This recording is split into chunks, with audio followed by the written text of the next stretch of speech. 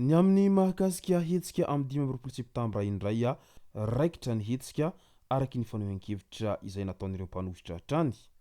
Ka ny pitsopitsony mahakasika an'izay ny fakafakena amintsika atao anatin'ity vidéo ity ka manasa antsika rehetra anaraka an'ity vidéo ity. Azadino ny milaiky ny vidéo antsika ary tsara voatrany miabone amin'ny chaîne antsika mba ahafahanareo manaraka tsy tapaka ny vidéo zay lefa nahito isan'andro. Tsy ampendrena moa isika fa avy hatrany tonga de vavany ndao ary.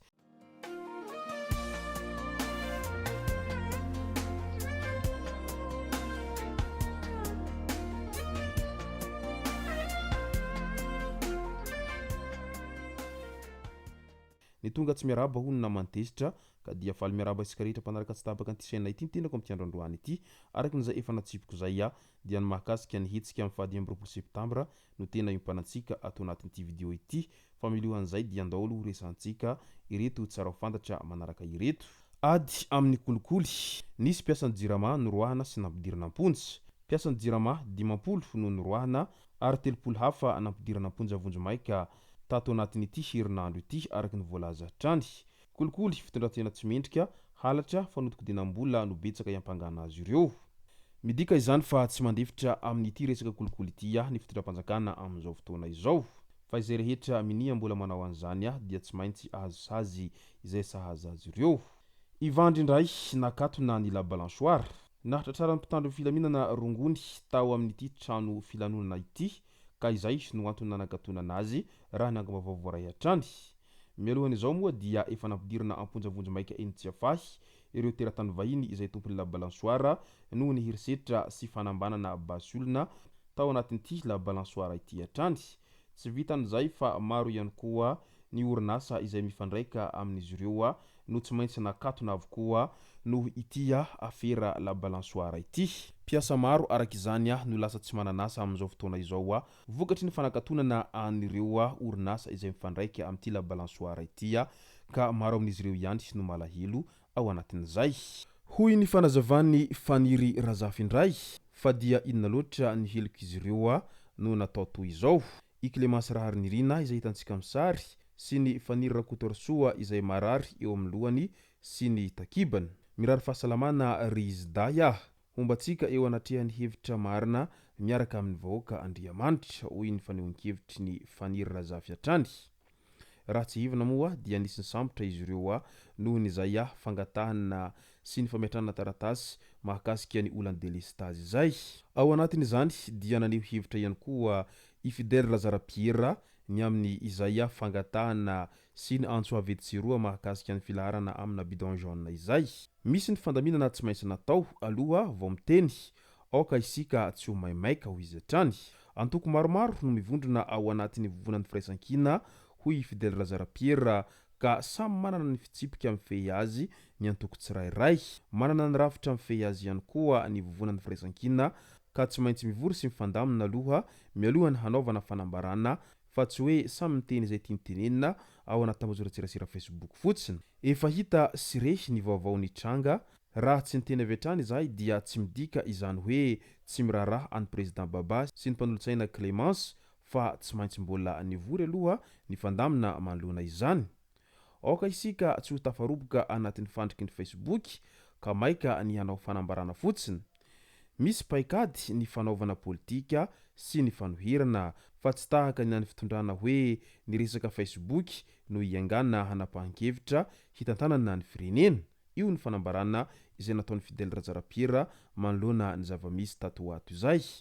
Midika izany fa mila tonina tsara ny foa milohany hanapa-kevitra araky n'izay voalazany izay hatrany. Ny amin'ny mahakasika ny hetsika amin'ny 20 septambra indray dia raikitra ny hetsika fanehoan-kevitra noho ny voka-dratsy ny fahatapahan'ny herinaratra sy ny rano lavareny hoy ry zareo vovonan'ny firaisan-kina miaraka amin'ny solombavambahoaka miaradia amin'izy ireo. Tsy misy mihemitra eo fa mitohy ny hetsika izay natomboky Baba sy Clémence hoy izy ireo.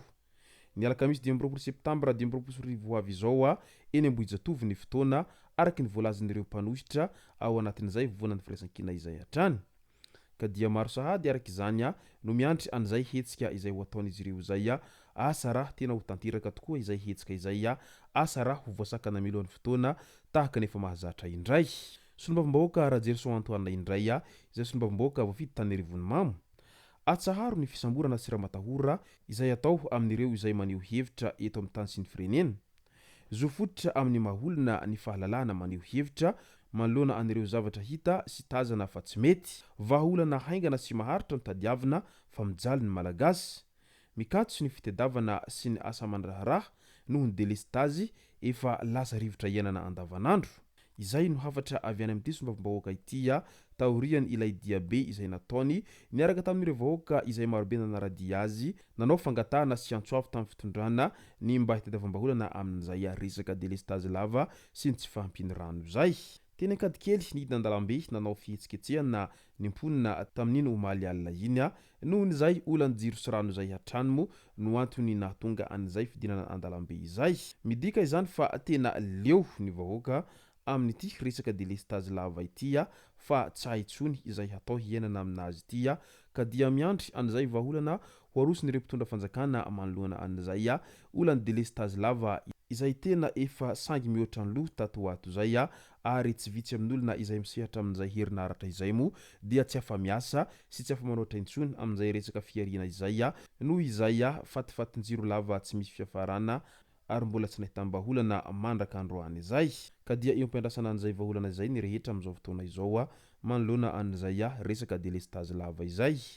Nilaza ihany koa moa fitiavana Mikael tao anaty pejiny tao amin'ilay manao hoe inona moa izany no mahadiso raha mitaky ny antony andoavan'ny faktira isam-bolana ny olona. Izay fanehoan-kevitra manoloana an'izay olany delestazy lava izay moa ity nataony fitiavana Mikael ity tao amin'ny pejiny tao manoloana an'izay endrikendrika fanenjehan'olona amin'izay fitakiana etsiroa manoloana an'izay olany delestazy lava izay.